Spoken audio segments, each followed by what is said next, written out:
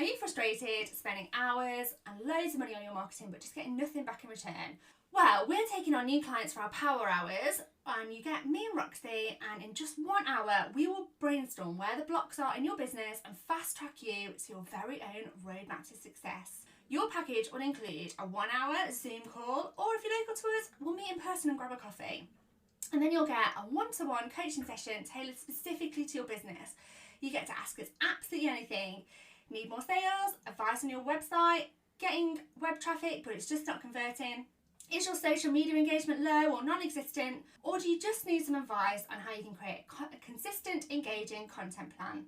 Well, we're here to help. We'll record everything so that you're able to work at it, and you can also get a follow-up session too. So book in for a one-to-one power hour.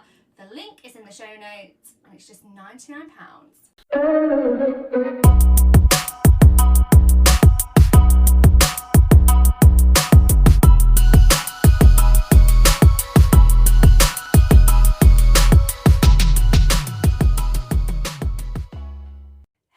Welcome back to the Web Pro podcast. This is episode number 33. Hi, it's felt like an absolute age, and we're so sorry. We actually got so organised, didn't we? We did. And we did like a recce of a few podcasts, and they've just disappeared into outer space. Which makes podcast land. Literally breaking my heart every time I think about it. But yeah, we recorded we did. About 3 or 4, yeah, didn't we did. So all I had to do was go in, edit them, get them up, and they just disappeared. Which is such a pain because we've obviously been away. It's the summer holidays. We know you guys are busy as well, but we've been away. I've been away. Yeah. You've been away. We'll chat about that in a minute. So we're sorry, really sorry. We are still in 6 weeks holiday madness. I know. But Not long to go. Almost to the end. We're almost there. But yeah. There's been a little bit of a break, and we're sorry. We'll get these episodes re-recorded. But we thought we'd do one today, very topical. We've obviously had the news today. Energy prices. I know. It's a bit of a worry, isn't it? And we're probably heading into a bit of a recession. So we wanted to, you probably sat at home worried about rising costs for your business, worried about fuel, worried about Cost energy. of living, everything. All of that. So we're going to give you some tips on how we can get through this based on kind of things that we've done in the past. And looking at kind of trends and recessions come and go, and we can learn from other times that the economy's took a downturn and what other people have done. But first, before we deep dive into that, let's chat what we've been up to. So, what have you been up to, Kate? Well, I feel like I've not been home. What haven't you been up to? Like, you literally have been the busiest person I know in this 6 weeks holidays. I know. So we booked a couple of holidays, took the kids away. We did kind of like one staycation with the children, which bored the absolute life out of me. I'm not one of these people that can just do nothing on holiday, and that's what we had. So unbeknownst to us, there was no internet, there was nothing around. Welcome for miles. to Wales. For I'm talking, I've never spent so much on petrol or done so much driving in my life. We were like 30 miles away from anything, and I'm talking like even a shop, like in the middle of nowhere. I'm sorry that I'm chuckling, because I go to Wales probably 4 times a year, and I probably should have just didn't even consider that I'd need to give you the lowdown on the situation there. For me, like, it just goes to show how much you rely on the internet, because I couldn't even look like, what is there to do? How do I get to the shop? How do I get to the beach? Where's the shop? Yeah, I had to drive like to the top of a mountain. 10 minutes up the road to get. Well, it's funny you say that. I had to drive 10 minutes up the road to get any sort of signal on my phone, which was just nightmarish with 2 children. But no joke, we went up Snowdon, and I had a better signal up Snowdon than I did when we were staying. So, oh my life. So yeah, we did that one. Then we had a few days at home, and then we did our abroad holiday. I say holiday. It was more my children had a holiday, and I babysat my children while my children were on holiday. While they had fun. You were like the au pair. Oh my word, I was exhausted by the time we came home. But they had fun, I think. Making memories. But like you say, when you do something like that, it is like you need a holiday after the holiday, don't you? Yeah, it felt long, I'm not going to lie, it felt long. And my son wasn't the best flyer, Wasn't the best through security. I thought at one point, like, the whole of the security team were going to jump on us. Lockdown in the air. Because he kept on wanting to kind of go back. And I was like trying to explain, no, you're not allowed to go back. I'm leaving, I can't do, I'm not doing this. And I was like, oh my God. So yeah, we had all of that. Yeah, we were glad to be home. But they had fun when we were there. Mostly had fun. And did you get any time to relax and last day? lounge? It's always the last day. So unbeknownst to us, some of the children's friends were actually there, which actually works out quite well. Nice. Going into the last part of the week. So we were, my son hardly came out of his room. He didn't like the heat, didn't like the swimming pool. He got into his head that the swimming pool was salt water. It was not salt water, but he decided he wasn't going to go in it. So he would kind of come out to eat and then go back. So he came out to come and tell us something, and then all we heard, Oliver! And his friend was there. So that got him out of his room a little bit more. The last day, he went in the pool. My daughter played with this little boy's sister. Oh my life. So on that day... You could have done with that at the beginning. Chill. Yeah, chill. Which, unbeknownst to us, the airport experience the next day wasn't so great. So yeah, we needed that. But it's always the last day when the kids go away. So yeah. And then came back, just done only a few days, North Yorkshire, which is very hilly, loads of steps. Oh my God. So what kind of holiday would you enjoy, Kate? I've got loads of holidays. Yeah, spa day, Greece, like Santorini was I mainly about the children. I quite often holiday without the kids, don't I? But wanted to take them away this year, and we'd saved hard for it, and it was a load of money actually. I am yet to bite that bullet of taking all three away, just because I wanted to. I said, next year we'll get a villa. I want to do it before they fly the nest, because Ethan's going to be 16 soon. Yeah, I really, really, really want to take them abroad, like really, but like my mind's telling me no. It's hard work, I'm not gonna lie. Yeah, I was thinking about getting a villa next year. Yeah, we just do. I'm up for that. However, my son is like, I'm never going on holiday again. I want to just go to cold places. I don't like the heat. Oh, okay. What about if we got an aircon villa? No, we had aircon. Oh, okay. Oh, I don't know. Let's get over like the next few months. We've got high school and all that. It's like when you have a baby and then someone straight away says, "You have another baby?" No. Like, nope, never going abroad again. So what about you? So I was going to say, if you listen to the last podcast, you may remember like me saying like, I've got chill holidays, but the podcast didn't go live. So I didn't have really a lot planned this kind of the last 6 weeks, but that went out the window, because then I was like, okay, I've got loads of free time, let's make plans. So I literally I've just been on like lots of doggy walks, holidays. We went camping, which is the opposite of what you would love. I hate it. I really enjoyed it. No. We had no electricity, Kate. No. Like, no electricity. No. The toilets, all of it, no. The toilets were really clean. Like, we don't go to a field that's got no facilities, but we do kind of just strip it back. And it was just really nice. Although I had Wi-Fi, and I was in Wales too, so maybe it was just the area you were in. I mean, we got an Airbnb for when we did North Yorkshire. That's like the... Is that your limit? Which it was a nice I loved Airbnb, it. And like I've come back, I've got a tan. Yeah, but actually pathetically, I've been like 40-degree heat, and I've still browner than you. Yeah, I'll say it was on a level. Yeah. Roxy But I've enjoyed kind of just chilling out. I've tried not to like be on social media as much, tried to have a bit more brain space, and it's been nice. Yeah. But we are back. This is our first work day back in a while, right? Yeah, and it's gone to absolute beep. Yeah. We can't even log into anything. We couldn't log in. We got kicked out of everything. And then it turns out it was us being an idiot. So there you go. Maybe you've taken a bit of a break from work. I know loads of you are so busy. Loads of you chatting to us, telling us that you're really busy season. Yeah, I've noticed that our community on Facebook's been a lot quieter, hasn't it? Yeah. Which is nice to see, you know, that obviously too busy for us right now, which is fine. Yeah.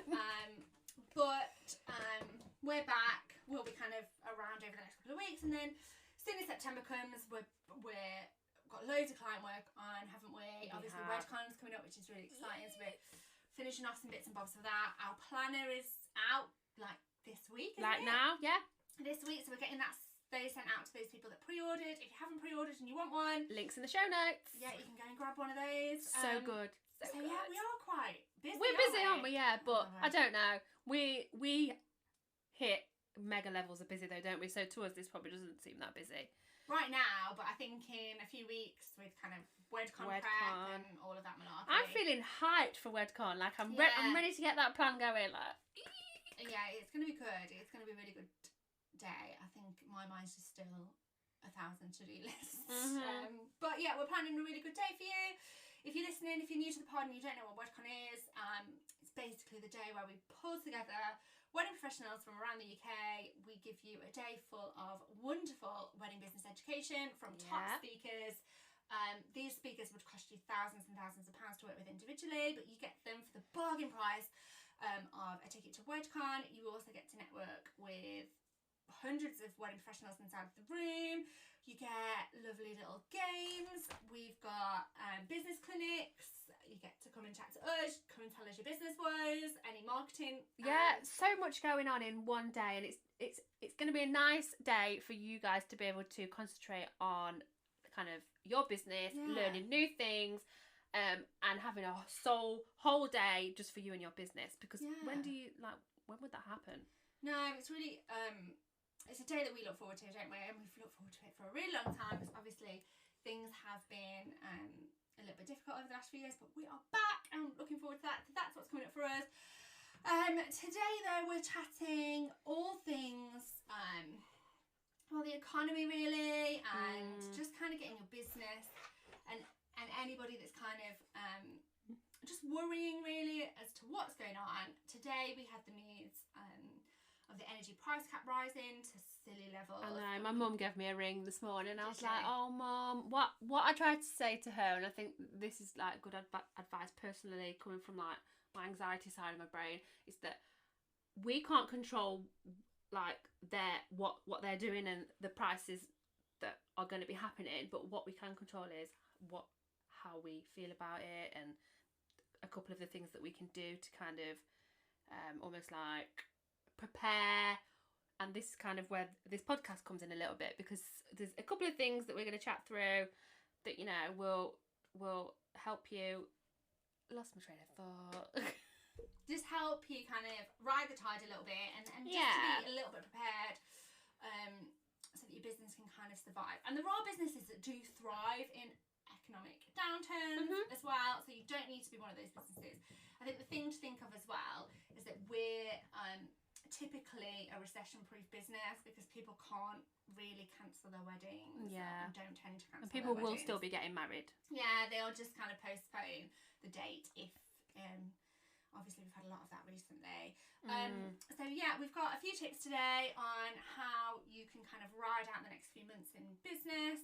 Remember, we're here as always for kind of brainstorming, or if things aren't kind of working out for you and you just need some eyes over your business plan, over your business model, over your website, your marketing, that sort of thing, get in touch with us. We're booking people right the way up to Christmas now, because you want to get it sorted now, guys and girls, because Christmas engagements will be kind of planning for really soon. And I think sometimes just having someone on the outside looking in, it's something that we like to have. We you might think that coaches don't have coaches, but I absolutely love being coached and having other people just take a little eye over and see what you're missing when you can't see the wood for the trees. So the first thing that we want you to think about really is pricing, and is it time to be increasing your prices? Now, we know that fuel's gone up, energy's gone up, but everything. The general cost of living has increased.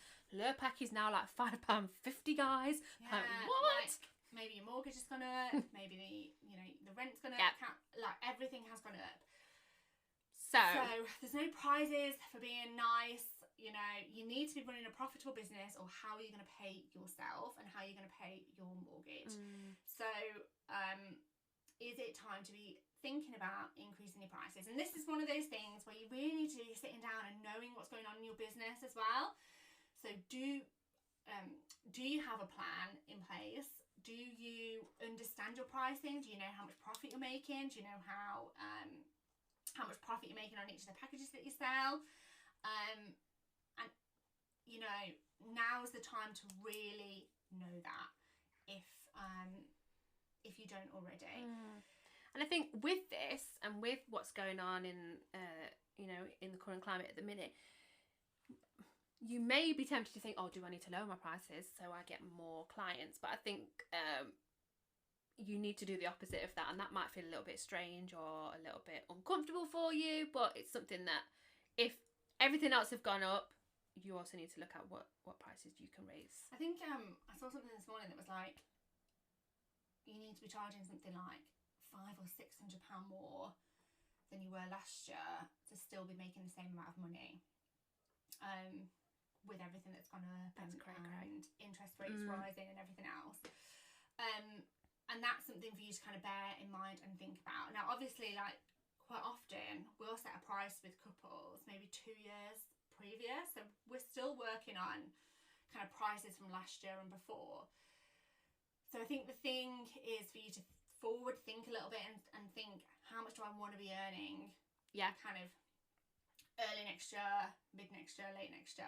And you don't need to make some big announcement that you're increasing your prices or anything like that, unless it's a way that you kind of tie it into your marketing plan and kind of say to people, right, we're going to be increasing prices as of October time, kind of lock in your price now if you're booking now. So, or even maybe like relaunches of packages, seeing what can be switched up. If there's anything, you know, that doesn't really sell, can you get rid of that or incorporate it in another package, and then use that as like a marketing scheme to get new bookings. But what I would say is don't bury your head in the sand with this one at all, because like Kate said, engagements are coming up, Christmas. You don't want to be in a position where that tax bill's landing come January and you haven't got the money to pay for it, or worse, you sit there and you think, do you know what, I've made absolutely no money over the last 12 months in my business.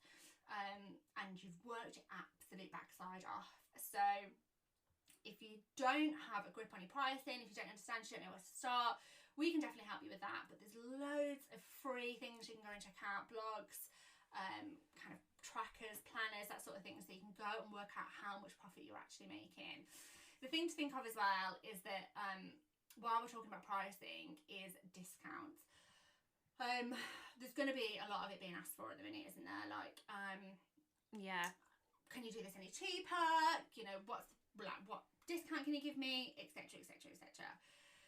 What I would always bear in mind, and I've learned this the hard way, I'm like the queen of a discount, is like, those people aren't paying your mortgage and they're still going to be paying their mortgages. So it's not like they've gone and asked their bank for a discount on the mortgage, or and if you consistently discount your services, you're cheapening your product and you're cheapening your service. And also, it doesn't make it that fair for your other couples either, you know, if you're working out discounts here, there and everywhere. And there's nothing worse for your rep if it kind of gets that. Like, how much did you pay for this? Wow, I've heard, don't do I it. paid £600-700 more for the same thing. It's just not great for you. No, it's not. And there is a difference in being kind and, you know, appreciating the situation and actually having a business at the end of the day to come back to. So, you know, accept credit. Can you allow people to kind of pay on a monthly ongoing basis, to kind of spread costs for people? How else can you make your services accessible kind of price wise? What can you look at? Could you sign up for like Klarna or like if you're somebody like stationery or something like that where you've got a physical product to send out? There are websites like Roxy's just said, Klarna. There's a few other ones where PayPal do kind of a 3-month payment thing. There's loads where your customer can pay you in instalments. Klarna give you the full money. Yeah. So you get your money up front and then they owe their money to Klarna. Okay. And so I think that's how kind of they work across the board as well. And that takes out that kind of debt collection or you kind of chasing people as well, that kind of element. And look at how you're going to make it easy for people to pay you and still get the wedding that they want. Also, look at your services and just say to people, okay, what part of this package is it that you don't want? What part of this package is it that we can remove so that we can come in at the price that you want? And just looking at it like that, you've still got to, and this is why it's so important as a business owner to really understand your numbers. And those of you that don't understand your numbers, like I said, we can definitely help with that, or kind of go and speak to your accountant, go and get some help, because that is the difference in you being in business in 12 months' time and you not having a business. And we want you to be still here. You work hard. Yeah. We want you to still be here. So yeah. Pricing is the first one, which kind of leads us into the second one a little bit, doesn't it? And I think this one obviously is something that you all and we have had to look at over the last couple of years, and that's your contracts. Yeah, but so many people, we actually still don't even have a contract. It blows our heads considering like how much of a fuss kicked up with COVID and kind of frustrated contracts and people cancelling their weddings, and wedding suppliers kind of almost going bust, a lot of them, by kind of giving deposits back, etc., when maybe that's not was the best thing for them to do. But having a tight contract in place, so that if somebody comes in and starts to take the mick a little bit, or doesn't pay on time, like what is in place in your contract to protect you as a business? So I did a podcast a couple of podcasts ago with a wedding business legal guy. I actually can't remember his name. It seems so long ago now. But Pav. Yeah, Pav. So we covered in that all about contracts, and the one thing that stuck with me with what he said was that by law, your contracts have to be understood by your clients. So you don't have to have fancy words in there. You have to know what those words in your contract mean. And because, you know, you can go online and get a contract, but make sure you know your contract inside out. It doesn't have to be all these, you know, those like legal it doesn't have to be that. No. It doesn't have to be pages and pages long. Just has to be clear, concise and understandable. And that expectation for your client as well, that they've got payments coming in X amount of months, and then that's how you're able to budget your business as well. You know, quite a lot of wedding industry work can kind of go through a feast or famine cycle, can't it? Where, you know, we've got lots of money, lots of kind of final balances coming in, and then periods where we're kind of scrimping and saving for our next deposit, or we're waiting for kind of engagement season to kick in. And it's about being able to plan out that year. So yes, make sure that your contract is tight, that your payment terms are tight, and that you enforce them. Because there's no point having a contract if you're not going to enforce it, and chase up that money, and like we said, consider having ways that people can pay to make it easy for them as well. For sure.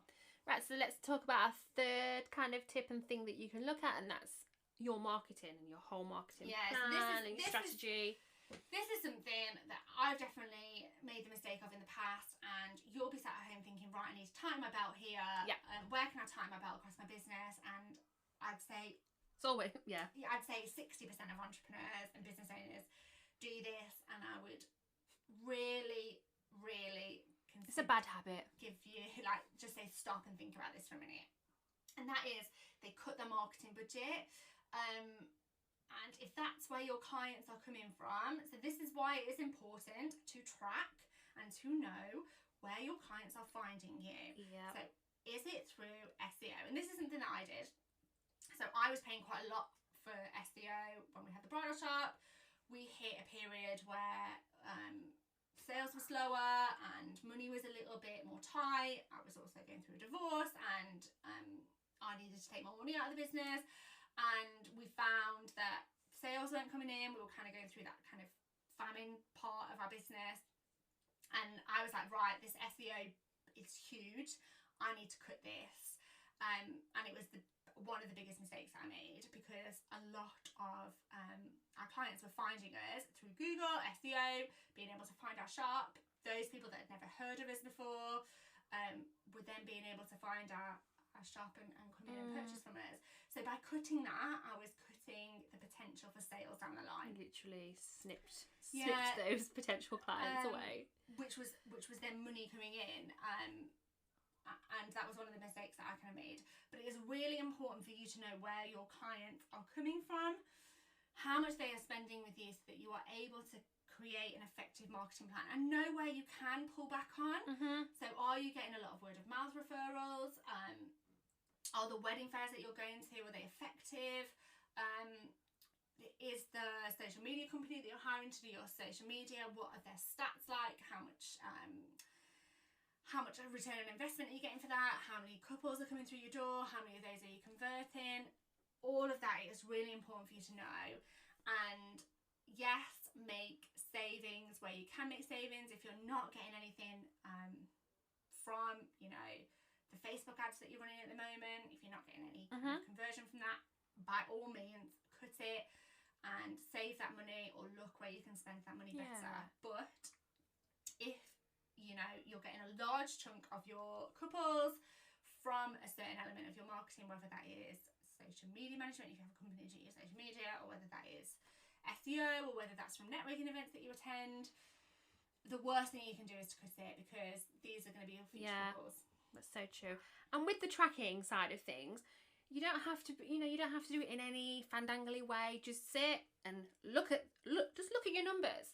Make note. Okay, so you know, I'm getting couples booking through, I don't know, maybe it's your emails or maybe it's your wedding fairs, but just take note. And what we did in the bridal shop, we had a form, didn't we? Yeah, so we just asked people to kind of fill it in as they came in, like, how did you hear from us?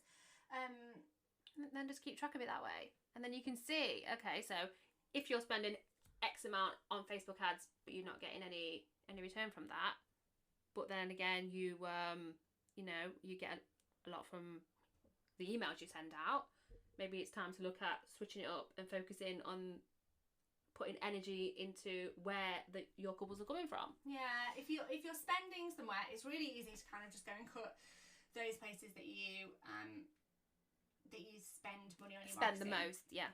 And it's really easy for you to do that. And like I said, I've made this mistake in the past. However, where then are your couples coming from? And it's really important that you really know those numbers and understand those numbers. And to double down on kind of other marketing as well. So if you haven't tried other elements of marketing, to give it a go. Like if you're not really investing any time on Instagram, on your stories, for example, or you haven't tried kind of other free things such as Pinterest or TikTok, which we're now on, by the way, or TikTok or things like that. There are free ways to market your business, isn't there? But don't just assume, you know, I need to save X amount of money, let me just cut my social media guy, or let me cut my search engine optimization company, because, you know, the leads will dry up, and then what are you going to do? Yeah. And on kind of the marketing thing, a little tip, you know, is couples are also going to be in the same boat as everybody else. So you can use that, not to your advantage, but, you know, put out there, write blogs about ways they can save money on their wedding. Things like that will make you be really, really relatable as well. Yeah, I think something that stuck with me, I think since I've been in business, there's been quite a few little economic downturns, and then we do come out of them, and it's about just riding that, is that it is the companies that kind of double down and invest that seem to kind of ride out recessions and economic downturns than ones that kind of really cut back, because you want to be that big fish in the pond where when brides and grooms and couples are looking for whatever it is that you do, that you're the person showing up because you're invested in your marketing, rather than you are nowhere to be found. So yeah, just consider that one, and that's why it's really important. We know it's not sexy, we know nobody enjoys it, to really understand where your couples are coming from and where your investment of your money is going. I love tracking. Like, the more I'm like, oh, let's look at this over here, then you get lost in like a rabbit hole of trackage. Yeah, something that you might not have considered to do is also like investing in the relationships that you make, not just with your current clients and your client relationships who are going to be kind of your word of mouth advocates and the advocates for your business, which is free marketing. That's what it is. And you know, you kind of usually, people who are getting married normally, then there's kind of like a cycle of everybody kind of gets married, don't they? Or they know somebody that's getting married, or their friend, or their bridesmaid, etc. So really creating the best results, the best experience for your clients, you know, Thinking of ways that you can kind of elevate that client experience so that you really stick out in their minds, that you've kind of gone the extra mile for them. Gifting's a massive thing over in the States that I know that we don't do enough of here. But even just something really, really small. I wish we'd have done this with our bridal shop. It's just like a little gift. Oh no, we did. We did probably for quite a little while. Yeah, we'd do like little jewellery gifts and things, wouldn't we? Because that's like, But actually, we probably did that too early in the process, and we would do that as people kind of booked an appointment with us and kind of came in. Whereas I think actually something down the line that's like, oh, thank you for choosing us, thank you for buying your dress from us, maybe a few weeks after they purchased it or a little bit closer to the wedding, just makes people feel nice and special. And it's really easier, like it's so much easier to kind of get repeat business from a client you've already dealt with. So if you're somebody that also offers other services and other things down the line, just that little reminder that you exist with like a little present to say, oh, thank you so much for booking us. Maybe you're a photographer that does kind of wedding albums, or you're a stationer that also does that kind of worked favours really well, or anything like that. You just kind of reminding them that you exist and making them feel special. And it is so much cheaper for you as a business to get repeat business from a client that you've already dealt with, and it's really loads easier to get the second sale. Yeah, it is, because you've already built that rapport and that know, like, and trust with them anyway. And then also it's also about them referring you. So maybe have a think, if you don't already have a referral scheme in your business, to have a referral scheme. Definitely, definitely. Whereby your couples can get something that is of good value to them. It doesn't have to be like super expensive, but to you, like if they referred 5 of their friends to you and they booked X, Y, or Z, how much does that mean to your business? Like that could mean thousands and thousands of pounds of business to you for the price of you buying them 2 cinema tickets or like a nice meal out. Yeah, like an Amazon voucher or whatever it is. You know, it's just a win-win situation, isn't it? So I'd have a think about that one if that's something you don't already kind of do or haven't considered. And that definitely works for services as well as kind of product-based businesses as well. Like, so if you're listening to this and you're a celebrant or a photographer, you can still put in a really good referral scheme where you just kind of let your couples know, potentially, you know, definitely as you're kind of nearing the end of that kind of process and journey with your clients. But if you don't have kind of an email offboarding system for your clients whereby you're asking for a testimonial and you are sending them out some information at the end, so you're signing them off, we would definitely recommend that you do. And the most successful businesses that we work with have an onboarding system and an offboarding system whereby they are getting testimonials, they are letting them know about the referral scheme, which then brings in bookings kind of down the line, doesn't it? So it does. So the other thing is to network with business owners. Oh, it is. And this is the foundations of the Wedding Business Hub and what we are all about. And we always say this, but now, like, there's never been a more important time than now to make sure that you've got a good network of other wedding industry professionals around you. Yeah, for sure. And I think this is one of those kind of investments that if you're not investing in networking or haven't been to a networking event, because, you know, we've definitely had this in the past, haven't we, where we've not invested enough time in networking. But that's, you know, especially in the wedding industry, like we're not people who get married book kind of 20, 30 different wedding suppliers, so they need to book 20 or 30. Which is actually crazy when you think about it. Like, where else does that happen? What other industry would that happen in? Like... So, you know, that's a lot of conversations happening with couples whereby those couples are looking for the next part of their journey, whatever that is. And that's where, you know, they're going to be looking to the people they already trust and know and like and who have booked to be able to say to them, oh, look, I'm looking for a really good florist, I'm looking for a really good stationer, whatever it is that they're looking for. We're looking for a musician, whatever it is. And I had some experience recently, like, it is easy to kind of forget how little people who are getting married for the first time actually understand and know about getting married. I've been in the wedding industry for a really long time now, and actually a friend is getting married next year, and she has got no clue. She asks me daily. Oh, I know the friend. Yeah. I feel like I'm her wedding planner, but even she says, "Oh, where do I go to find like a wedding band? I don't even know where to go and look for bridesmaid dresses." And she is asking for me to refer people because, and it's something like crazy, like 80%, like it's 80% of word of mouth referrals go on to book, which is so high. So if you've not invested in networking, if you don't have a good kind of wedding industry base around you of other people in the industry, people who come kind of before you in the cycle of getting married and the booking schedule, you know, most couples kind of stick to a booking schedule. However, this person I know, she hasn't even booked her wedding yet, and she's got her band. She's getting married. She's getting married abroad, and they can't book their abroad wedding yet because I think they can only book it within like 12 months to go. Right. Okay. So they've got like a party in the UK as well. So they've booked things for the party in the UK, but there is no wedding yet. So you'll know in the scheme of things where you kind of use where you sit. You want to be networking with those people that come before and the people that kind of come after as well, and just getting your name out there, and it's really good value for money.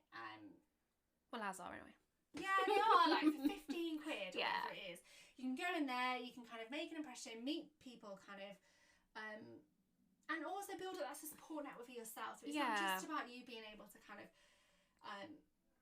get your name out there and have people kind of advocate for your business and talk to their couples about you and your business and what it is that you do, but it's also about you building up your own support network. So when things are tough and tight, you've got people to talk to. Yeah, you've got people to lean on that are going through similar, that are in the same industry. Like honestly, if you don't go to networking, please just give it a try. It might feel a little bit scary. I know that. You know, like some of the time I need to be in the right mood for it. Yeah. But once I go, I'm always happy to have been.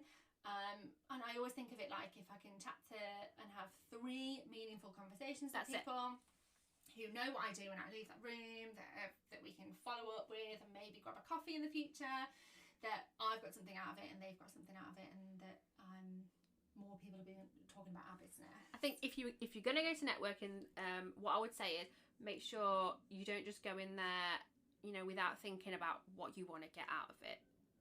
You've got to go there with a purpose. Yeah, and that's why our networking events are really great as well, because you're not going to go there and find your plumbers and your people there to kind of sell you things, your SEO people, etc., electricians, etc.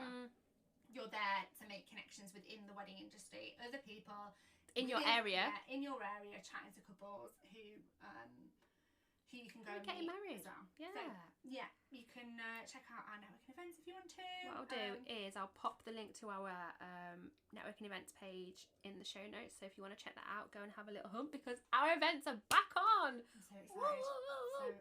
So excited. We've got ones going on in September, October, and then we're also planning our Christmas ones too. I know. I know that word. Like, let's just pretend like I never said that, but yeah. Christmas party. It's exciting. Right. Last one to think about, and this is something to think about, and we spoke about this quite a lot last year, the year before. Yeah, we did, in terms of COVID hitting and kind of looking at your business model and thinking, right, okay, do you want to be in this position where you're relying on one form of income coming into your business in order to kind of help you through and pull you through? We've bashed on about having multiple revenue streams. Banged on about it for so long. And I think it's really important in this industry, especially if you're somebody that your income relies on you physically being at a wedding. Yeah. Because what's your retirement plan? What happens if you're unwell? What happens if you want to go on holiday, or the kids are off school, or the kids are unwell, or unfortunately you're unwell for quite a long period of time? Or your car breaks down. Yeah, somebody I know who's a florist has recently just discovered that she's got breast cancer. Oh no.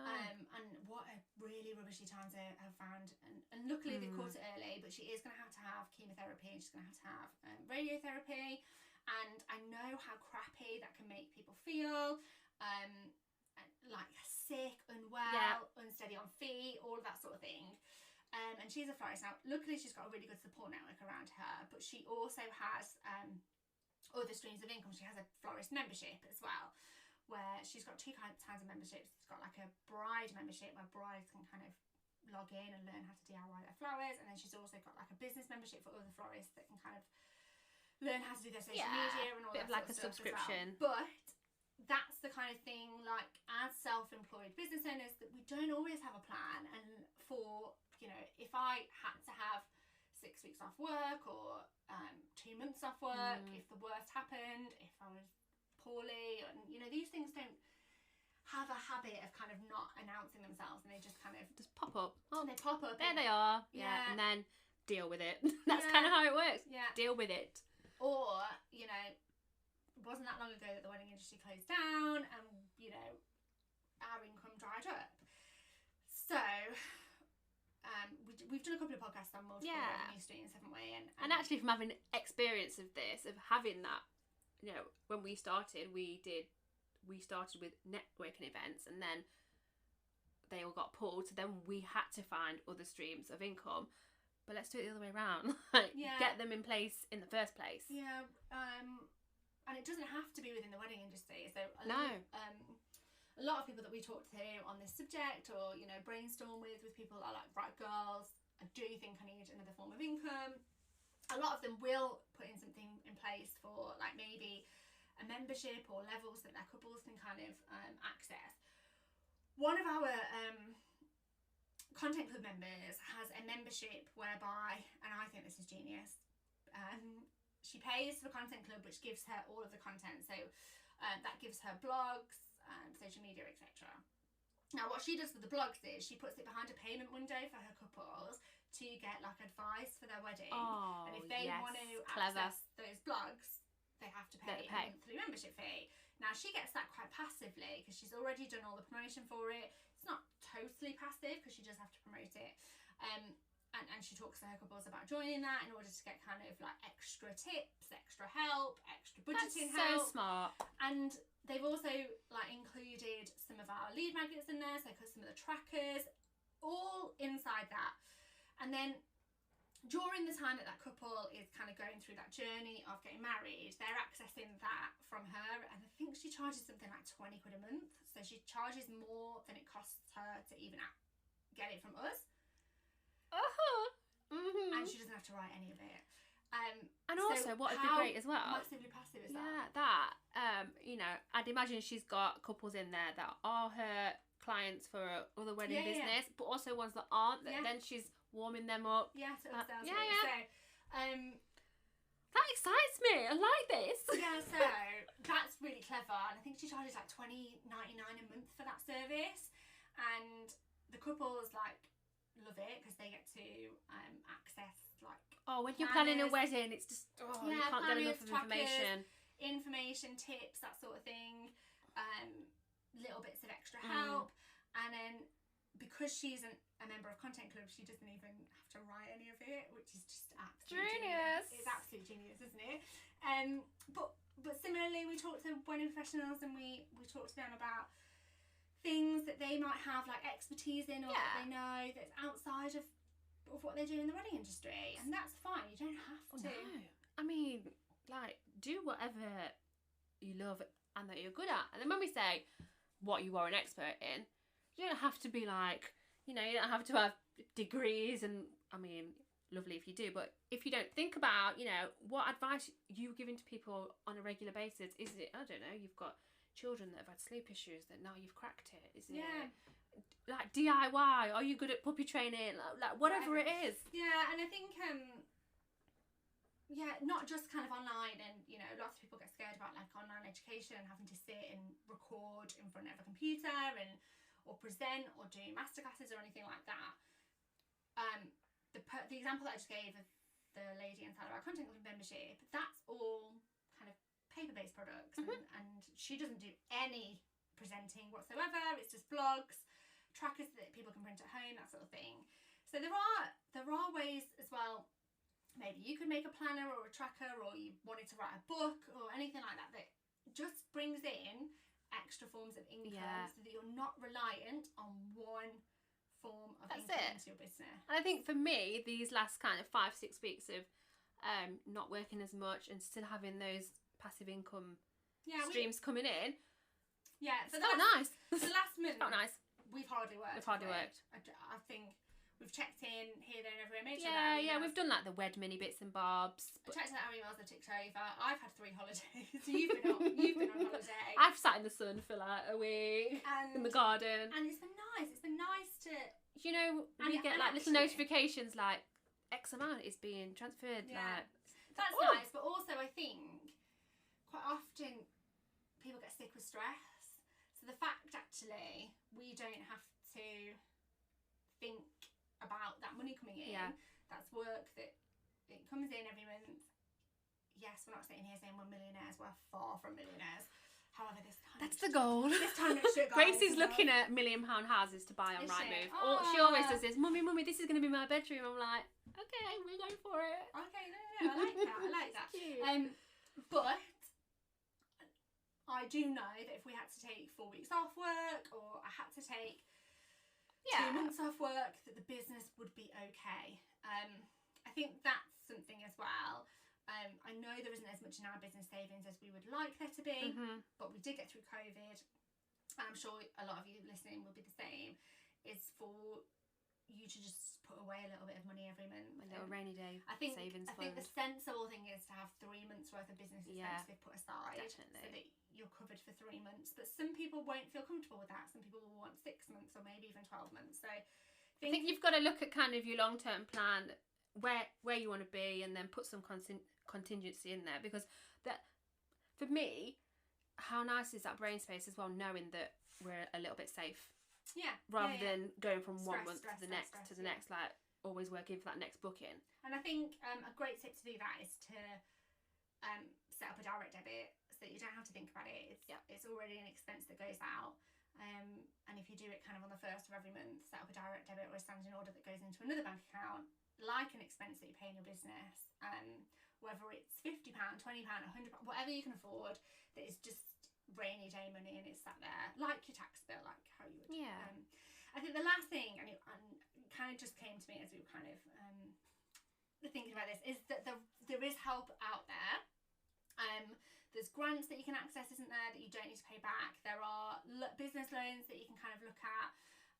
We're not financial advisors. No, not at all, no. We can't sit and talk to you and tell you to go and get loans and what the best rates are, etc. But you are able to go and check that out for yourself. And, you know, if there is no shame in getting a bit of a loan to see you through the next few months, as long as you know that, you know, the plan in place for your business to be able to pay that back, whether it's a business credit card or whether it's something a little bit more like a loan. But remember, grants, if you're eligible for grants, you don't need to pay that money back. And there are quite a lot out there, isn't there? Like all you've got to do is have a little, spend a couple of hours hunting them down. They're out there. They're on Google. Go and have a look at local government grants, what grants you can be eligible for. Quite often you just need to prove that your business is trading in the area. And there's always new ones coming out, isn't there? Like every few months we go and check, don't we? We do. We're like, look at this one. Are we eligible for this grant? Can we get that one? So have a little look at that. Yeah, go and have a look at that. Maybe just kind of pencil that in. Yeah, and what I would say, kind of on a personal level, you know, like you were saying, Kate, there's no shame, you know, in looking for stuff like that and asking for help. If you are someone that's thinking like, I don't know, like, how am I going to afford stuff in the next kind of couple of months, what can you look at?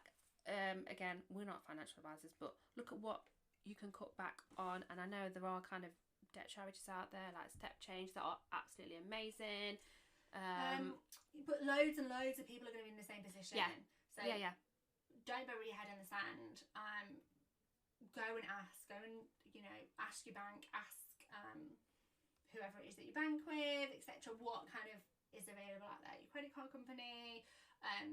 Quite often it's like local councils as well that give out grants, don't they? So there'll be like a business thing there. I think I've had about 3 grants in our business, kind of the bridal shop and this one. So yeah, they're definitely out there, and just something I kind of thought of there.